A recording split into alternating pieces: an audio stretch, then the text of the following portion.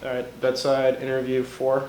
My name is Hannah. I am 23 years old and I'm from Westchester, New York. So a few years ago, I had a great healthy sex life while I was probably from 17 to 20. And then I started to have recurrent vaginal infections, yeast infections, bacteria infections, UTIs, and I was going from doctor to doctor. Most women have common stories, similar stories who have experienced this. But essentially what had happened was my pelvic floor muscles were so used to being in a spasm from all of the infections and the stress in that part of my body that even when the infections were gone, I still had the symptoms. So I had really, really bad vaginal burning and itching and bladder frequency for 8 months, which was completely undiagnosed. And then I finally found a pelvic pain specialist who diagnosed me with a condition called vulvodynia, which seems like a really weird and scary term, but it's really not. It's essentially pain in the vulva, which is part of your vagina, and it can go away. It's not something that you have forever, but that's just what the medical term is. And pelvic floor dysfunction, which is when your pelvic floor muscles are clenching. And so I went to pelvic floor physical therapy and took different medications and acupuncture, and have been working on treating that for the past 3 years. But I'm 90% better now, 95% better. And that definitely affects your sex life, and that definitely affects there was times when I had a boyfriend at the time where obviously sex was not an option because I just was in pain. But now that sex is pleasurable and enjoyable, I think I have a different perspective on pleasure.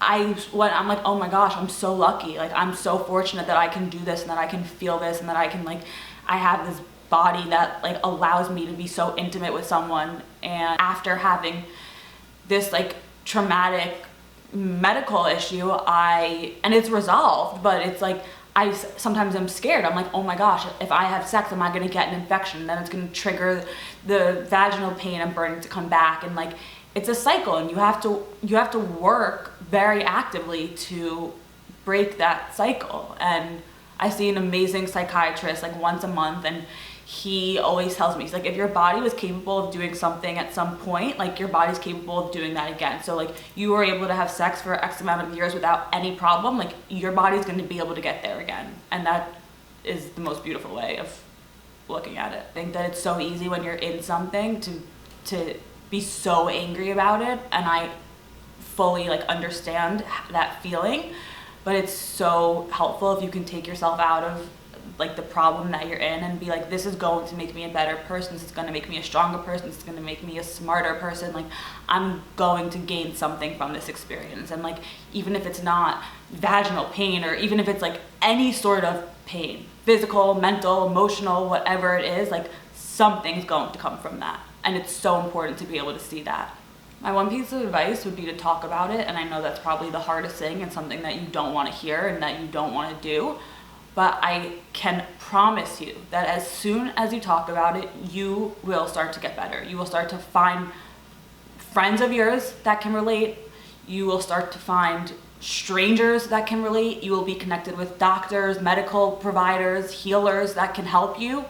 When you start to talk to your boyfriend or girlfriend, they will understand. If they are the right person for you, they will understand. If you say I don't want to have sex tonight, I'm in pain, or I have this condition, and you have to talk about it, they'll understand. And we are the ones who put these thoughts in our heads. I can't talk about this.